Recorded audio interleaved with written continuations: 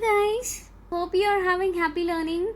So today here I come with the second part of performance appraisal, that is the methods of performance appraisal.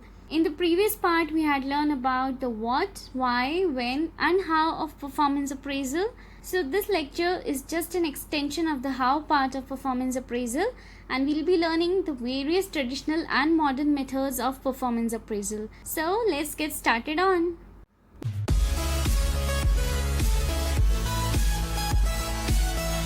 Now in the previous lecture, during the process of performance appraisal, we had learned that the performance of the employees have to be recorded and then compared with the standards. Now there are various ways to record these performances of the employees. Now all the methods of performance appraisal devised so far have been classified differently by different authors.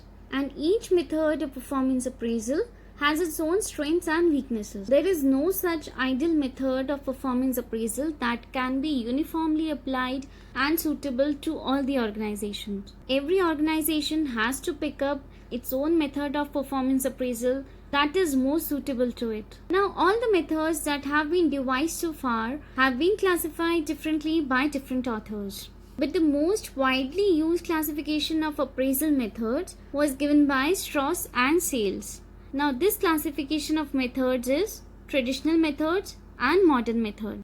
Now we'll see the major distinction between the traditional methods and modern methods of performance appraisal. The major distinction between the two is that the traditional method is more individualistic in approach.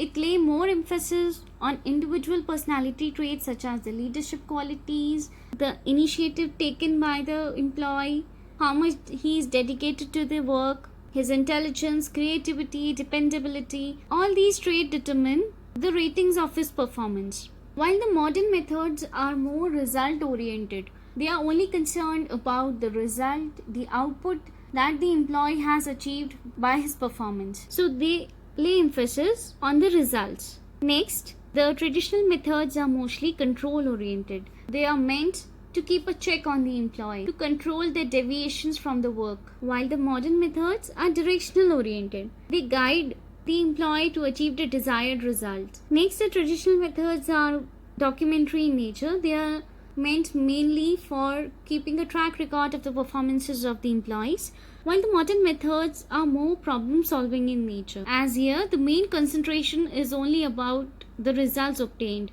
And lastly, the traditional methods are called trait methods and the modern methods are called behavioral methods. Now there are various methods of performance appraisals, various traditional methods and various modern methods that have been listed here. Now we'll be learning about these methods in detail one by one. So first we'll be learning about the ranking method. This is the oldest and simplest formal systematic method of performance appraisal. Here, the employee is compared with all the other employees for the purpose of placing order of worth and placed in simple ranking, just like we used to get the ranks in our primary schools. This method is similar to that. Suppose there are 20 employees in the company, so they will be ranked from 1 to 20. Now the advantages of this method are, this is the simplest method and also very less time consuming. And the disadvantages of the method are, it is difficult to rate the behavioral traits in an individual. Also, it is difficult to rank when the number is very huge. If the number of employees are around 1000, 1500, so it will be very difficult to rank the employees. And also, it does not tell how much one is better than the other. It just ranks them simply. The next method of performance appraisal is paired comparison method, and this is particularly applicable when the jobs are significantly different from one another and it is based on a certain trait, like certain traits are selected such as leadership, the output, any trait could be chosen, and based on that trait the employees are compared to all the other employees. Like if there are 5 employees in an organization, A, B, C, D and E. So A will be compared to B, C, D and E. Then again B will be compared to A, C, D, and E, and like that, each employee will be compared to every other employee of the organization. So this is paired comparison method.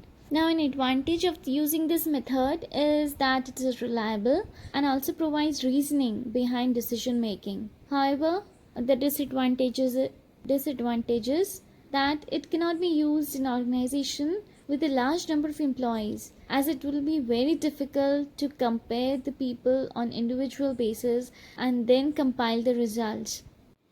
Next, we'll see the grading method of performance appraisal. Now, in this method, certain grades are defined for evaluating the performance of an employee. Like we have seen in the primary school also, the grades were assigned: A for outstanding, B for very good, C for good, and so on, E for very poor. So similarly, the grades are given to employees for certain characteristics or the performance of the job, such as outstanding, very good, poor, very poor, and on these grades the employee's performance is judged. Now, the advantage of this method is it is a very simple method, consumes very less time, but the disadvantage is that it does not define why the performance has been allocated so and so grade. It does not define any reason for such allocation of grades. Now we come to the first choice method.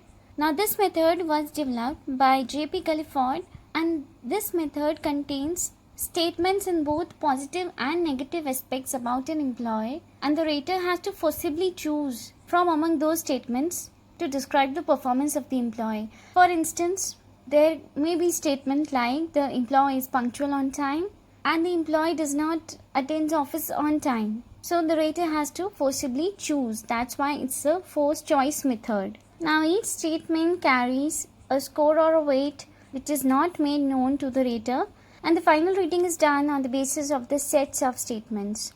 Now the advantage of this method is it is an objective method, and it also tries to eliminate the central tendency of the appraiser. Like the average marking is given to an employee, which makes it difficult to judge. So this method eliminates those problems, and the disadvantage is it encourages discrimination among the employees.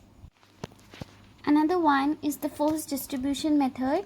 This method was evolved by Tiffin, and this method tends to eliminate the central tendency of rating most of the employees at a higher end of the scale. This method has an assumption that employees' performance level conforms to a normal statistical distribution, that is 10, 20, 40, 20 and 10% and so on. So this method tends to eliminate or reduce the bias as the employees are rated in this range. Now the advantage of this method is it is easy to apply, and also it eliminates the central tendency of rating of the employees, but at the same time it suffers from a limitation that no single grade would rise in a rating. The employees will be rated in this particular range even if they have outperformed in their jobs. The next is the checklist method for evaluating the performance of an employee. Now a checklist is the list of statements that describe the characteristics and performance of the employees in the job. It contains the series of statements against which the rater has to make his choice in either yes or no, agree or disagree, and so on. Now these checklists could be simple checklist like in yes or no. They could also be in weighted checklist, etc. Now the advantage is it is very simple method to use. However, it is difficult to assemble, analyze and weigh a number of statements about the employee, and also involve a lot of money and effort. The next is the critical incident technique. Now as the name suggests, critical incident means a particular phenomena or a particular situation in which an employee has contributed or behaved or tackled the situation. It can be described as one of the phenomena in which the employee has contributed either positively or negatively. That performance or that behavior is recorded in critical incident technique method. Now the advantages of this method are that the valuations are based on actual job behaviors, That is how the employee has actually behaved in situations that had demanded his actual performance. Then the feedback is easy. The information elicited is behavioral and it does not force the respondents under any given framework. Well, this method also suffers from some disadvantages. The first is that the rater might overlook some of the incident in which the employee had actually behaved very well, or may forget some of the events that is significant for actual performance record of the employee. The next is that the negative events may be prioritized or the most common events may be missed. Now we come to the essay method of performance appraisal. Now essay method is the simplest among various appraisal methods available. Now this method is just like the essay we used to write during our school days. Here the rater writes a narrative description about the employee's strength, weakness, potential, suggestions, past performance, etc. So it does not involve any complex formats to complete the performance. So this is the descriptive method of recording the performance of an employee. Now the advantage of this method is it is simple to use and does not involve any complex formats and extensive training to execute it, while the disadvantage is it does not provide any qualitative information about the employee and it may vary widely in terms of length and content and quality of appraisal. Like it depends mostly on the rater's writing skills. If the rater is good at writing or describing, then the performance is rated or is described well. However, if the rater is not so good in expressing and writing, so the performance may be affected. The next is the graphic rating scale method. This method is also known as linear rating scale, and in this method the printed appraisal form is used to appraise each employee. Now in this form there are various traits and job performance characteristics such as unsatisfactory to outstanding for each trait. The rating is done on the basis of points on the continuum. The most common practice used in this form of appraisal is 5-point scale. Next is the field review method. Now this is an appraisal done by someone outside the employees, that is outside the department, or someone who is not familiar with the working environment. So it's like going to a third party for appraisal. So the advantages of this method are it is useful for managerial level promotions or when unbiased appraisal is needed. And the disadvantages that it is very costly and impracticable method. The outsider may not be well familiar with the working conditions or the general performance of the assessee, so the evaluation may be affected. Another method is confidential report. It is the traditional way of appraising employees, mainly in the government departments. So this method is used mainly for appraising the employees in the government departments. Here the evaluation is made by the immediate boss or the supervisor for giving effect to promotion and transfer. So in this method usually a structured format is there and it is devised in such a manner so as to collect information on employee strength, weakness, intelligence, attitude, character, attendance, discipline and other parameters. The advantage of this method is that as it is done by the immediate supervisor, so it is based on constant observation of the employee, and this comes with the disadvantage. There may be cases of favoritism or the decision may be biased by the supervisor, and also the outcome is just based on the evaluation done by a single supervisor. So it may or may not be so much reliable. So guys, this was all about the traditional methods of performance appraisals. Now we'll quickly switch to the modern methods of performance appraisals. Now please pay attention over here.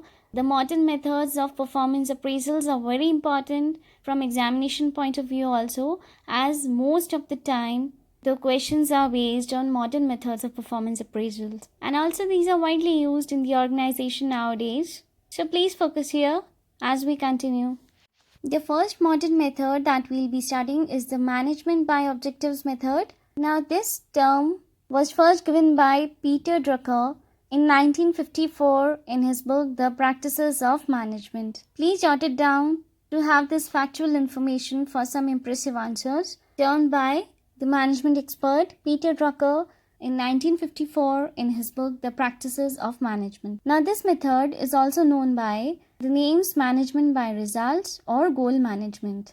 Now, as the name says, management by objectives.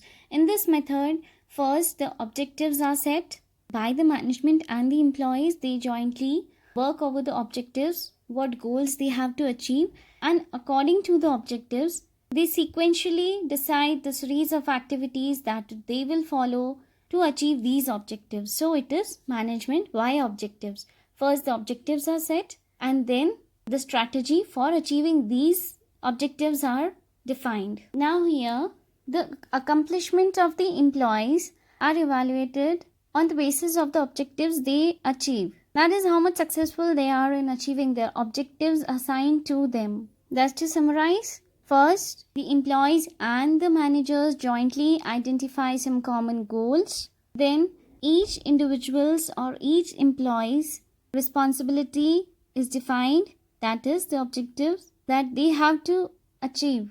And hence, the performance is evaluated on the basis of the performance of the employee in achieving the objective or the responsibility assigned to them. So, this is the overall process of management by objectives. Set organization goal, then set the workers' objective, then monitor their progress, evaluate their progress, and then give the rewards or the feedback. Now, as we had learned in the differences between traditional and modern methods, that modern methods are result oriented. So this method is result oriented method. The advantages of this method to the organization is it acts as a device for organizational control, and also it helps in efficient management. Now the advantage to the employees are it helps in career development, it also helps in job satisfaction, and it helps in motivation.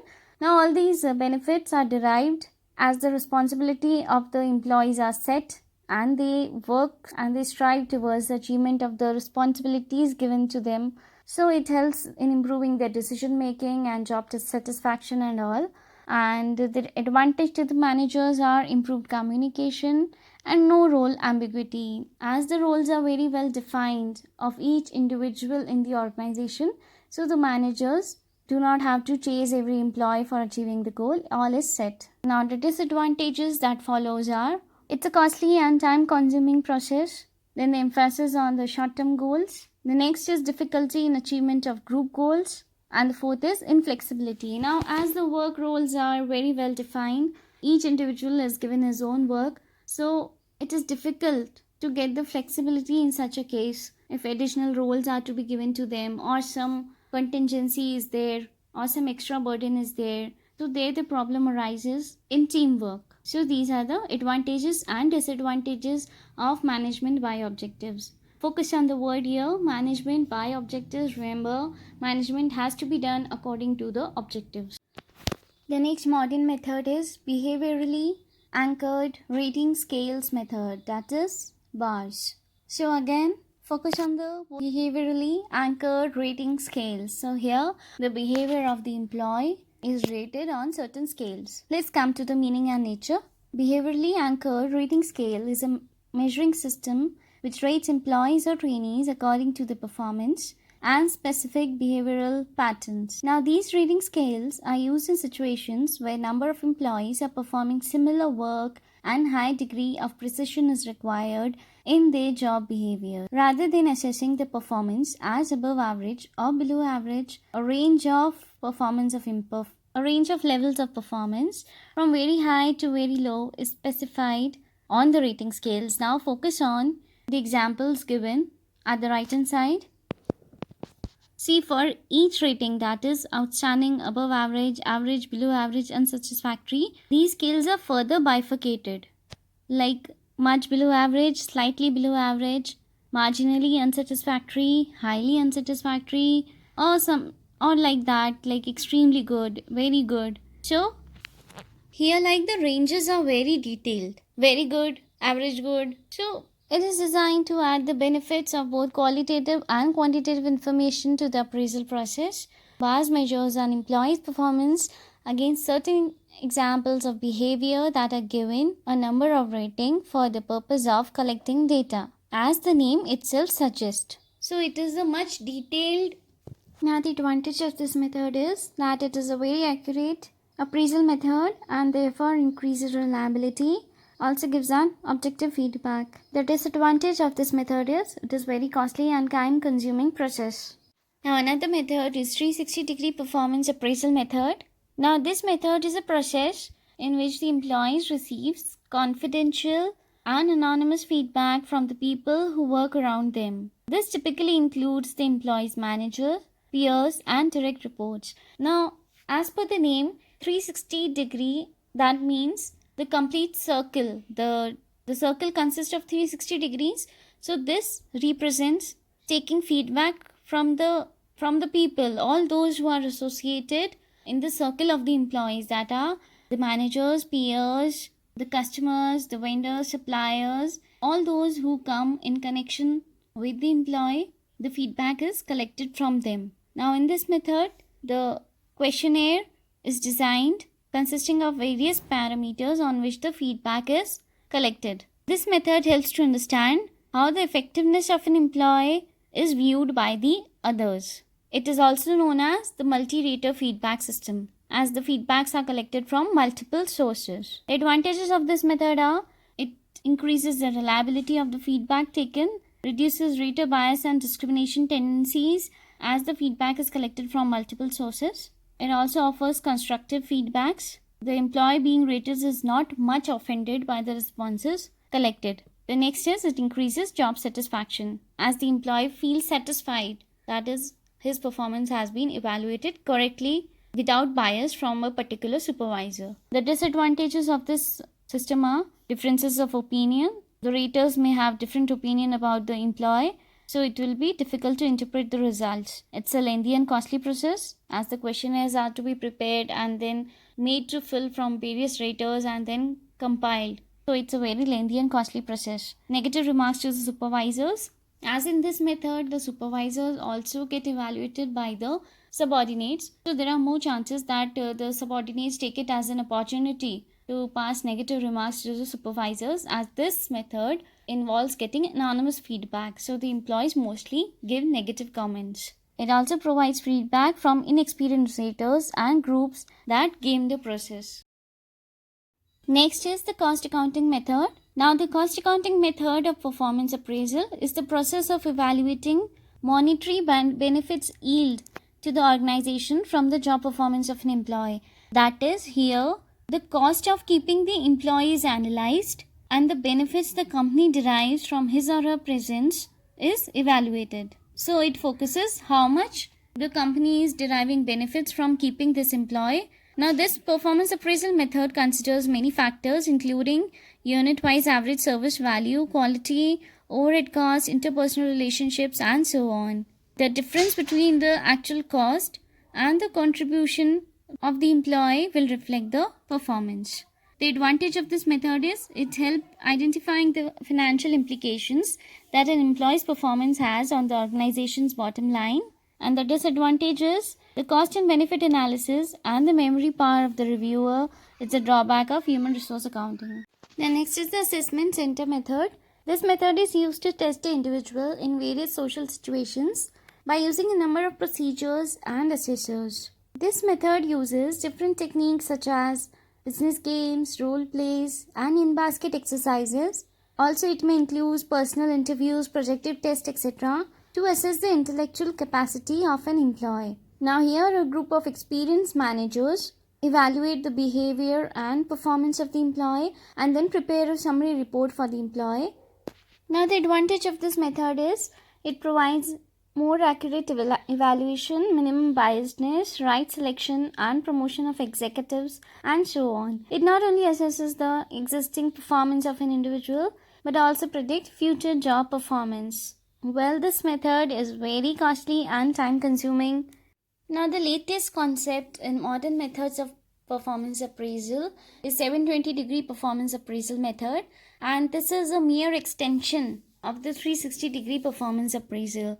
So it is basically a 360-degree appraisal performed twice. A second 360-degree is performed at a timely interval and compared against the results of the first 360-degree appraisal. So here the appraisal of the employee is done with 360-degree method twice. Firstly, when the appraisal when the targets are set, and the second when the feedback is given and the boss gives tips to achieve the goals. Hence, there is a pre and post round of feedback. The 720-degree performance appraisal system is a kind of double check for the 360-degree performance appraisal system. The advantage is it is obviously more accurate evaluation, minimum biasness, right selection and promotion of executives, and so on. And it not only assesses the existing performance of an individual but also predict future job performance. And the disadvantage is it is very costly and time consuming process. So guys, this was all about the concept of traditional and modern methods of performance appraisal. Please appraise my performance also for this video and like and subscribe this channel. Also follow my Instagram account and my Facebook page, whose link is given in the description box below. Stay tuned to Quick Management for some more videos.